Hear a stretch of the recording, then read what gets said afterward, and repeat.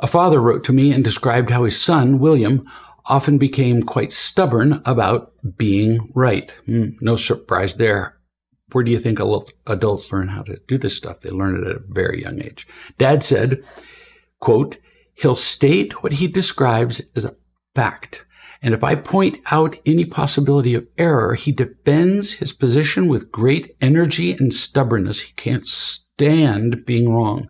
Or sometimes I'll express an opinion about something meaningless, like a football game, and he goes way out of his way to contradict me and point out how he's right and I'm wrong.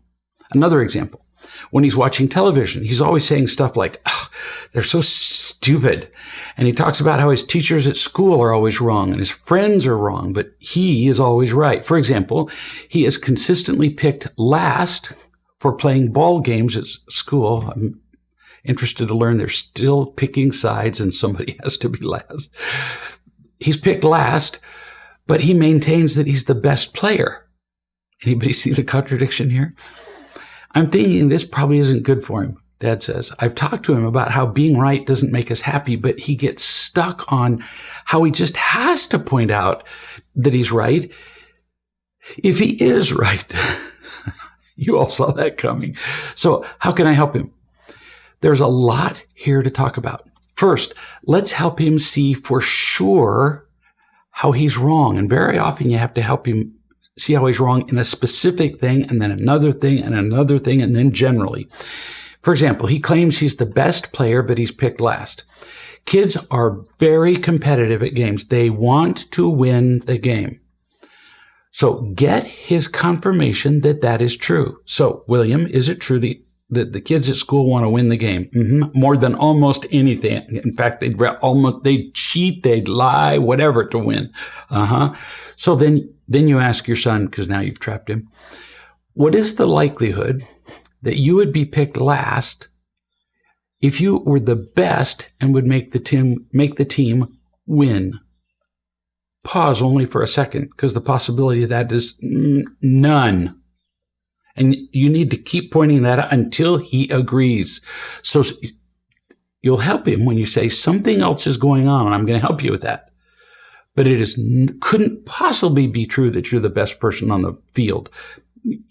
I'm sure you play well, but the best and picked last? Not possible. But for a moment, let's let him have that point, that he's the best. And we're going to see how ridiculous this gets.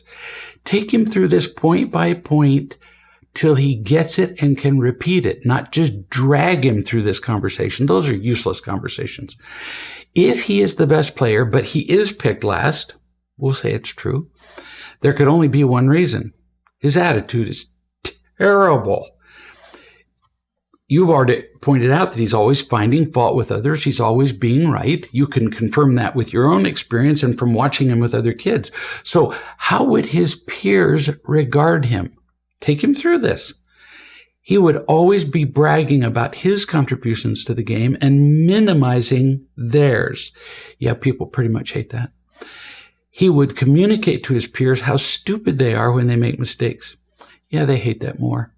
And he would criticize them when they didn't give him the ball or make him the center of the action.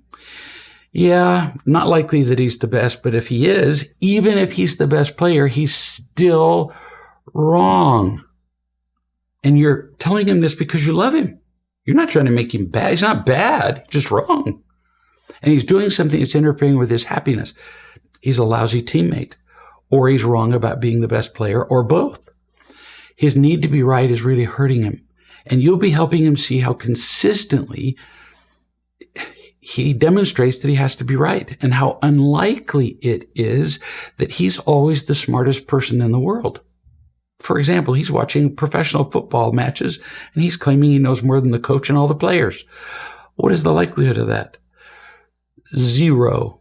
Those guys are paid millions of dollars a year. If he continues with that attitude, you'll be teaching him all this.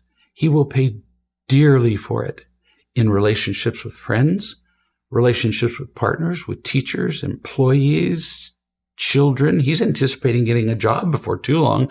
Yeah, his employer isn't going to do real well with William pointing out how William is smarter and the boss is stupid. That's going to go really poorly. But still not enough teaching. He needs to know far more than to just hear that he's being selfish and incorrectly believing that he's right. He needs to know how to identify this need to be right, or he'll be confused, because sometimes he's just expressing an opinion which he needs to feel free to do. This can be confusing, especially for a kid who's eager to prove his worth in any way that he can. And being right is quite a hit of power and worth. It can be helpful if you teach William some criteria that you could actually write down for when being right is not helpful, because otherwise he's going to get confused and lost. For example, if he says to turn left at an intersection to a place where you're taking him, while you say to turn right, is it wrong of him to insist that it's left if he is correct? See, that's what he's confused by. When can I claim to be right? So let's look at some criteria where being right, by which I mean insisting on being right, not actually being correct, is wrong. How can he distinguish between an expression of an opinion and being right in the negative way? We can number them so that he can have them. 1, tone.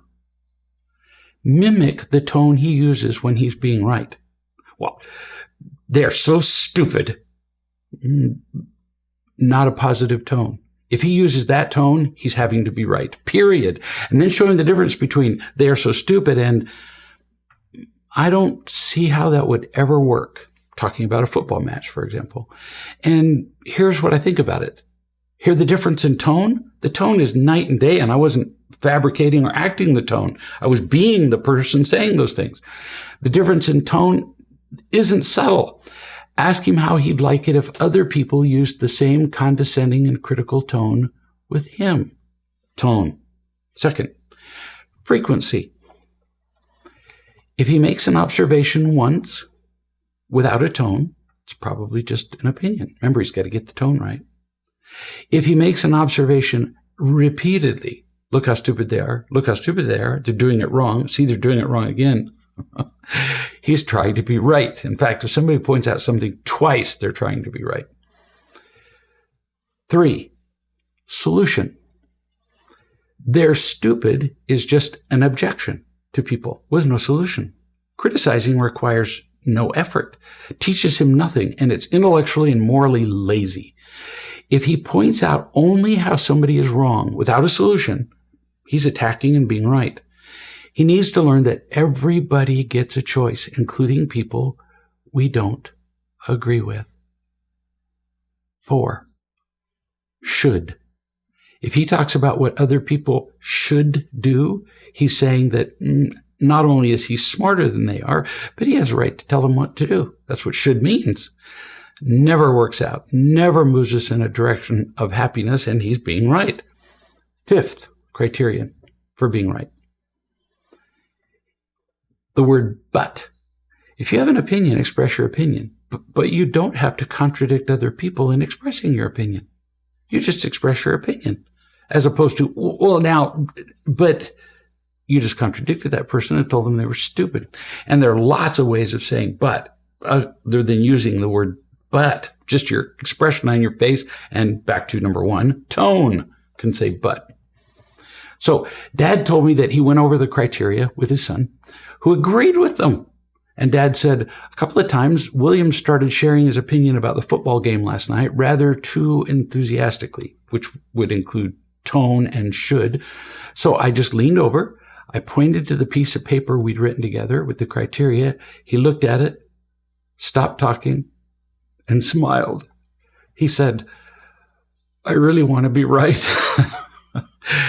And I do it to get approval, and it makes me feel important. Can you believe this? From a kid. I've only heard an adult be that honest, 3 or 4 times in my life. And Dad said, yeah, I know. And William said, the truth is, I'm lovable even when I'm wrong.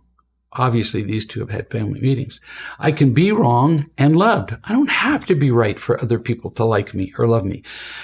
Most people will never be able to love me when I'm wrong, because they don't know what unconditional love is. And their love depends on me being convenient or right. When I try to be right, I'm being selfish. I'm thinking about what's convenient for me. The truth is that loving unconditionally is to care about the happiness of another person. And I don't need to be right to be loved. You love me. He's talking to his dad now. Whether I'm right or wrong, you love me if my behavior is good or bad. You see my soul. I still want to be good and do the right thing, but insisting on being right is getting in my way. I'm not making this up, by the way. This is a teenage boy that said all this. That's remarkable, which means Dad's loved and taught him pretty darn well. William said, the truth is you love me anyway. I need to believe it. Believing it is feeling it. I need to feel the truth of it. Being right is exhausting. I still can't believe this is a teenage boy, but he said this. He said, being right is a prison. I'm already loved, and that's what matters.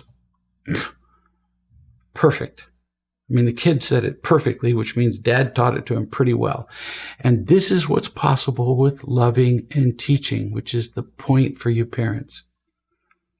This is what's possible with family meetings and persistence. As parents, you might consider showing this video to your children as an example of what a child is capable of seeing and learning. It's a remarkable example of learning on the part of a child. It would be remarkable from an adult.